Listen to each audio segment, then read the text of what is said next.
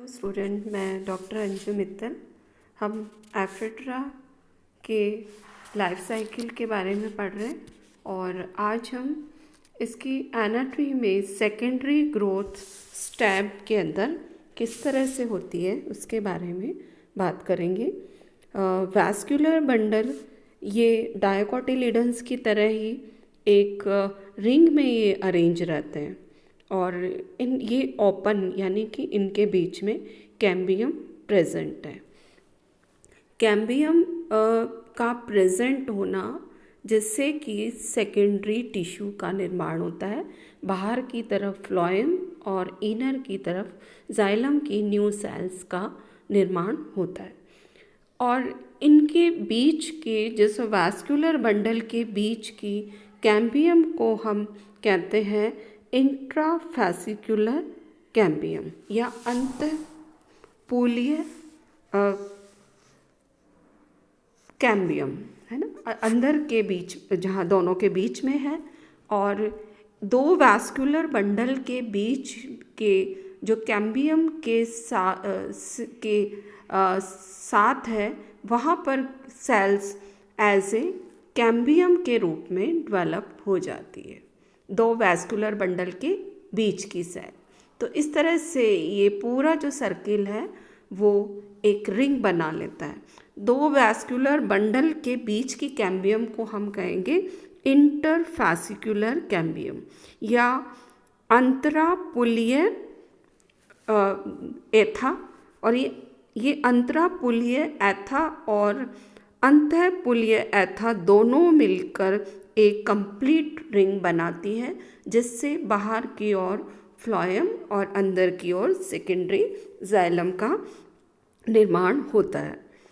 Seasonal variation के कारण यहाँ पर बनने वाले वुड है उनका अलग व्यवहार करती है। जैसे कि स्प्रिंग वुड की जो लंबाई है वो उनकी डायमीटर है वो ज़्यादा होती है और जबकि ऑटम के अंदर इनकी लंबाई स्मॉल डायमीटर की होती है। ट्रैकेट्स में बॉर्डर पिट्स प्रेजेंट है और ये इलेप्टिकल शेप के होते हैं और ये रेडियल वाहिनिकाओं के रेडियल वॉल और उसकी सतह पर प्रेजेंट होते हैं। सेकेंडरी मेडुलरी रेज भी बनती है। यहाँ पे सेकेंडरी मेडुलरी रेज भी बनती है और ये इलांगेट ये मल्टी सीरेट और ब्रॉड होती है, बड़ी और मल्टी सीरेट होती है, यानी कि इनकी जो पंक्तियाँ हैं वो एक दो से ज़्यादा होना।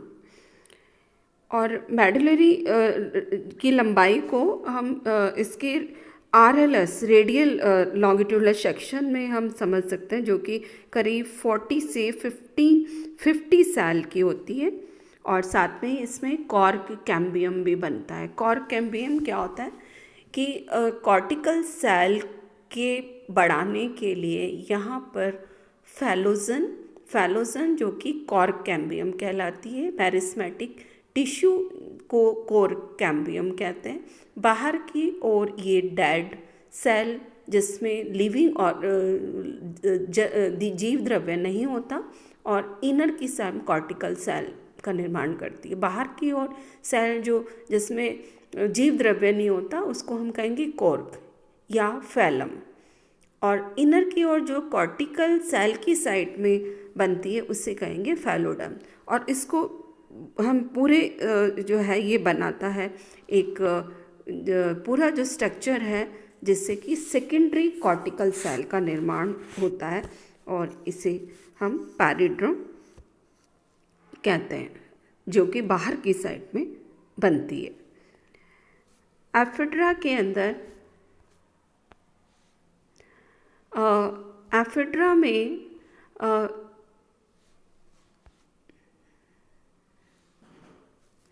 एफिड्रा में वैसल का जो उद्भव है वो लंबी वाहिनिका से हुआ है। ट्रैकेट का जो वैसल का निर्माण, इसमें वैसल प्रेजेंट होती है और इसका जो निर्माण हुआ है वो ट्रैकिड से हुआ है। और इसमें ऐसा मानते हैं कि ट्रैकिड्स पर मिलने वाले जो पिट्स हैं उनके से इनका चेंज हुआ है, और ये चेंज हुआ है उनका सर्कुलर जो पिट्स हैं उनके क्लोजिंग मेम्ब्रेन के हटने से ये इनका बनना संभव हुआ है। और इस प्रक्रिया से परफोरेशन प्लेट का निर्माण होता है। वेसल के परफोरेशन प्लेट का निर्माण हुआ है, जो कि इसमें ट्रांजिशनल पोजीशन जहाँ पे पिट्स के मेम्ब्रेन हटने के साथ में परफोरेशन प्लेट का बनना, ये इनकी बीच की जो स्टेज है बदलने की प्रक्रिया वो देखी जा सकती है एफिड्रा कैलिफोर्निका के अंदर। और परफोरेशन जो प्लेट्स हैं वो यूनिसीरेट मैनर या बायसीरेट मैनर या इरेगुलर मैनर में ये अरेंज रहती है। और हम इसमें जनरली हम इसे समझें कि जो चेंजेस कैसे हुए हैं, एक तो एनलार्जमेंट ऑफ हॉल एलिमेंट, सबसे पहले ये कि उसका एनलार्जमेंट हुआ ट्रैकिड्स का, और साथ में ही पिट्स का एनलार्जमेंट हुआ, उसके साइज में इंक्रीज हुए, और साथ में ही जो बॉर्डर पिट्स हैं उनमें रिडक्शन हुआ, और उसके बाद में इनमें जो मिडिल लैमेला है वो डिसअपीयर हुए। ये सारे जो स्टेजेस हैं वो हम इसमें कर सकते हैं। एफिड्रा कैलिफोर्निका में हम इसको आइडेंटिफाई कर सकते हैं, इसकी ट्रांजिशनल पोजीशन को। इस तरह से एक ट्रैकिड से वेसल का निर्माण होता है, और सभी जिम्नोस्पर्म में वेसल एब्सेंट है। एफिड्रा जो कि एक डेवलप्ड मोस्ट एडवांस जिम्नोस्पर्म को रिप्रेजेंट करता है, जिसके अंदर वेसल पाई जाती है।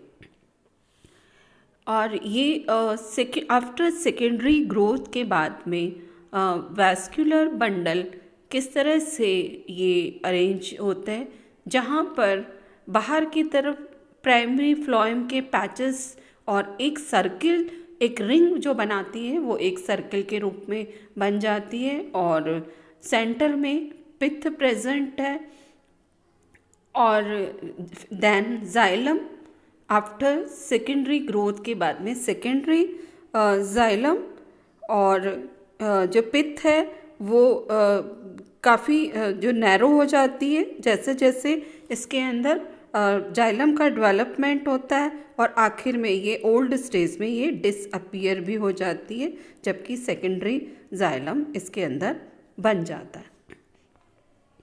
तो सेकेंडरी ग्रोथ ये एंजियोस्पर्म का एक एडवांस कैरेक्टर है, जिसमें सेकेंडरी ग्रोथ पाई जाती है, और इनके जो वैस्कुलर बंडल है वो ओपन होते हैं, और वेसल का मिलना ये एक एडवांस कैरेक्टर है, और ये इसके अंदर पाया जाता है एफिड्रा में। और इस तरह से इनके जो स्ट्रक्चर में यहाँ पर वेसल, ब्रैकेट्स और जाइलम पैरेन्काइमा, और लेकिन यहाँ पर जाइलम फाइबर जो है वो एब्सेंट होते हैं। और ट्रैकिड्स से वेसल का यहाँ पर ऑरिजिन हुआ है, किससे? ट्रैकिड्स से वेसल का निर्माण हुआ है, और सेकेंडरी ग्रोथ पाई जाती है एफिड्रा में, और ये एफिड्रा एक जिम्नोस्पर्म प्लांट है, और ये बहुत एडवांस प्लांट, इसको हम मान सकते हैं कि ये ज़ीरोफिटिक कैरेक्टर शो करता है, जिसके स्टेम के अंदर क्लोरोफिल पाया जाता है इसके कॉर्टिकल सेल के अंदर।